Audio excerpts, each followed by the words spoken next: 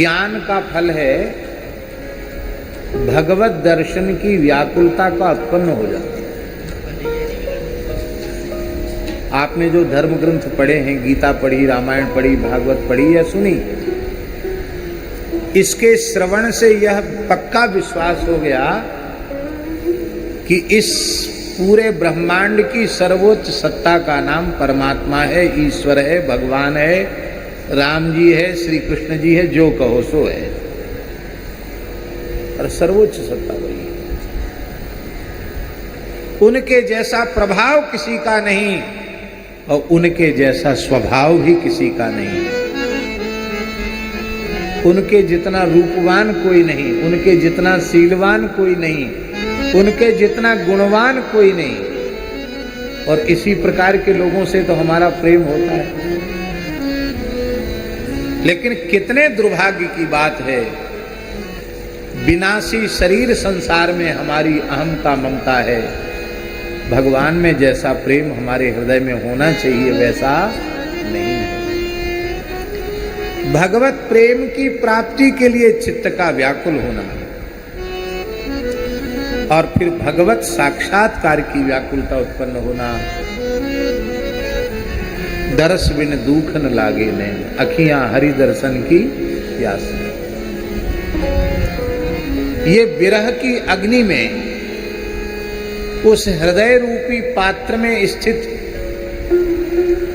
ज्ञान रूपी दुग्ध को उबालना है, फिर समता के भाव में उसको थोड़ा ठंडा करना है, सिराना है। एकदम गर्म में जामन डाल दोगे तो दही नहीं जमेगा। जामन देने योग्य हो जाता तब जामन दिया जाता। तो समता में उसको सिराना। फिर जामन कौन देगा? जामन देगी गोपी। गोपी कौन है? ये रसिक संत सद्गुरुदेव, यही गोपी है। गोपी क्यों है? गोपी शब्द का अर्थ है गोभी पिबति कृष्ण रसम, जो अपनी इंद्रियों से विषय रस नहीं पीते हैं, श्री कृष्ण रस का पान करते हैं, युगल रस का पान करते हैं।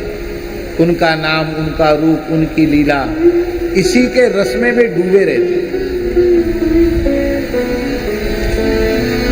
इन रसिक जनों की शरण में, संत सद्गुरु की शरण में जब साधक जाकर के कहेगा कि बस अब तो आप ऐसी कृपा करो कि युगल प्रिया लाल को इन्हीं आंखों से, इसी शरीर से, इसी जन्म में मैं देख सकूं,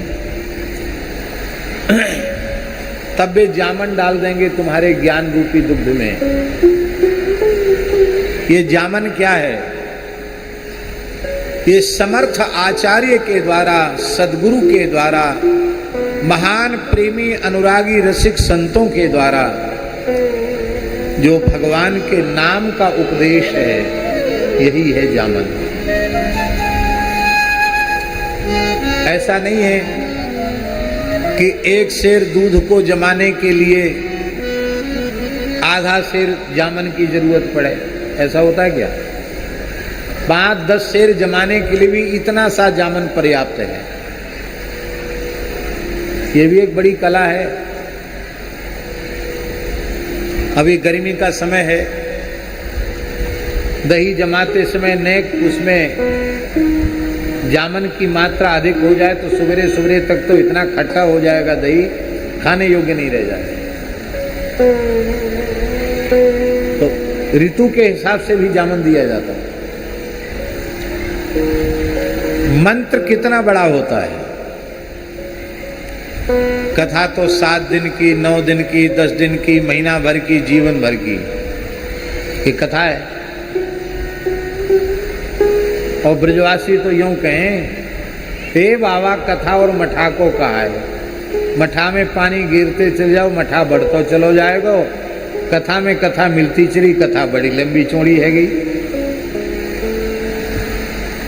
एक हमारे परासोली गांव कह दे, बाबा तेरी कथान में ते कथा निकसे जैसे मठा में पानी गिरते जाओ, पानी बढ़ते चलो जाओ, मठा बढ़ते चलो जाओ, ये स्थिति। पर मंत्र छोटा होता है, एक अक्षर का मंत्र, 2 अक्षर का मंत्र, बीजाक्षर एक ही होता है। 5 अक्षर का मंत्र, 6 अक्षर का मंत्र, 8 अक्षर का मंत्र, 12 अक्षर का मंत्र, और सबसे बड़ा गोपाल मंत्र है 18 अक्षर का मंत्र। पर इससे लंबा मंत्र नहीं होता। गायत्री की बात अलग है, वो 24 अक्षर की है। पर हम वैष्णव मंत्र की बात बोल रहे हैं। वैष्णव मंत्र एकाक्षर, द्व्यक्षर, पंचाक्षर, षडक्षर,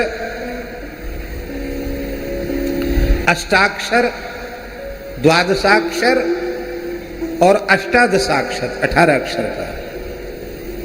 तो थोड़ा ही मंत्र हुआ, छोटा ही सा तो मंत्र हुआ। फिर आचार्य कह देते हैं कि बस अब तुम रो मत, अब रोना धोना छोड़कर इसी मंत्र में अपना मन, मंत्र और मन का एक करके लग जाओ। तब क्या होगा? जो दूध खौल रहा था विरह की अग्नि में, वो सीरा हो गया और जामन डालने से वो जम गया। जम गया बढ़िया थक्कादार अधोटा दूध का दही। आप हथेली पे लेके चले जाओ। आपको सुनकर आश्चर्य होगा, मिथिला में आज भी लोग कपड़े में दही बांध कर ले जाते हैं। काय में?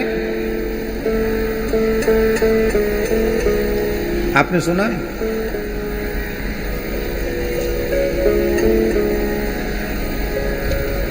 मिट्टी के पात्र में दूध औटता रहता है, कंडा की मध्यम आंच में औटते औटते इतनी मोटी मलाई पड़ जाती है, अधोटा दूध।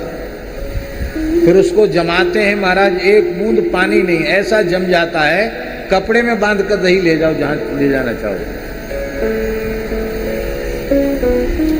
दही पालो तो उंगलियों की चिकनाहट न छूटे, ऐसा नहीं।